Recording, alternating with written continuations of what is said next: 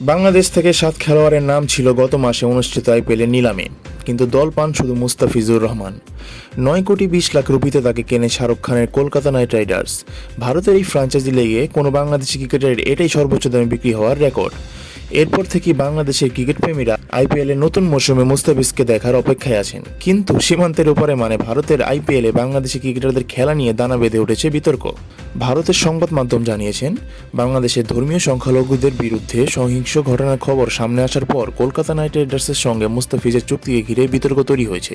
এই প্রেক্ষাপটে 2026 আইপিএলে মুস্তাফিজের অংশগ্রহণ নিয়েও প্রশ্ন তুলেছেন কেউ কেউ। বিসিসিআইয়ের এক সিনিয়র কর্মকর্তা বলেছেন, সব বিদেশি খেলোয়াড়দের জন্য, বাংলাদেশি হোক বা না হোক, সরকারি অনুমোদন বাধ্যতামূলক। 7 জন বাংলাদেশি খেলোয়াড় নিবন্ধন করেছেন এবং একজনকে নেওয়া হয়েছে। ফ্র্যাঞ্চাইজি সেই খেলোয়াড়কে বাছাই করে যারা পুলে আছেন। বিসিসিআইকে সরকারের নির্দেশনা অনুযায়ী চলতে হয়। আমরা নির্দেশনা পাওয়ার অপেক্ষায় থাকব। ভারতীয় ধর্মীয় অধ্যাত্মিক গুরু দেবকীনন্দ ঠাকুর দেশটির বার্তা সংস্থা ও এনআইকে জানিয়েছেন, কেকেআরের ব্যবস্থাপনা কর্তৃপক্ষ এবং তাদের শীর্ষ নেতৃত্বের ওই ক্রিকেটারকে মুস্তাফিজুর রহমানকে দল থেকে সরে দেওয়া উচিত। ফ্র্যাঞ্চাইজিটির মালিক বলিউড কিংবদন্তি শাহরুখ খান সমালোচিত হন মুস্তাফিজকে কেনার জন্য। ভারতীয় জনতা পার্টির নেতা সঙ্গীত সোম শাহরুখকে বিশ্বাসঘাতক বলেছেন।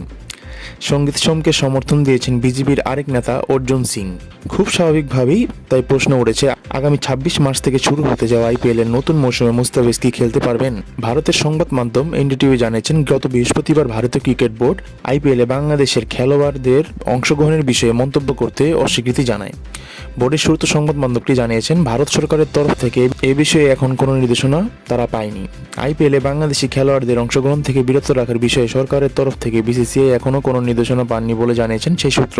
ভারতের বার্তা সংস্থা আইএনএস জানিয়েছেন, ভারত সরকারও এখনও বাংলাদেশি কোনো খেলোয়াড়দের আইপিএলে অংশ নেওয়া বন্ধের বিষয়ে নির্দেশনা জারি করেনি।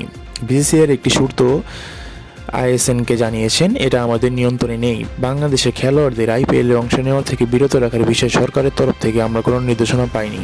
এই মুহূর্তে এর বেশি কিছু বলা সম্ভব না। ভারতের সাবেক ক্রিকেটার মোহাম্মদ কাইফ বিষয়টি নিয়ে কথা বলেছেন। দুবাইয়ে আইএল টি20তে ধারাভাষ্যকার হিসেবে কাজ করেছেন কাইফ। সেখানে তিনি বলেন, এই বিষয়ে আমার খুব বেশি কিছু জানা নেই। 2-3 সপ্তাহ ধরে দুবাইয়ে আছি। সিদ্ধান্ত কি হবে সবকিছু বিসিসিআইয়ের অন্তর্গত। সিদ্ধান্ত তাদের হাতে। আমি এখানে বসে কোনো মন্তব্য করব না, কারণ বিষয়টি বেশ সংবেদনশীল। আপনাদের ধৈর্য ধরতে হবে। তবে কাইফ একটি পরামর্শ দিয়েছেন, হঠাৎ কোনো সিদ্ধান্ত না নিয়ে বিসিসিআইয়ের ওপর আস্থা রাখার অনুরোধ করেছেন ভারতের হয়ে 125 ওয়ানডে ও 13টি টেস্ট খেলা সাবেক এই ব্যাটসম্যান। কাইফের ভাষায়, আমি মনে করি তাড়াহুড়া করা উচিত নয়। আমাদের শুধু অপেক্ষা ও পর্যবেক্ষণ করা উচিত। সিদ্ধান্ত যাই হোক, বিসিসিআই সেখানে আছেন, তারা বড় লিগ পরিচালনা করে, তারা জানে কী করতে হবে এবং কীভাবে করতে হবে।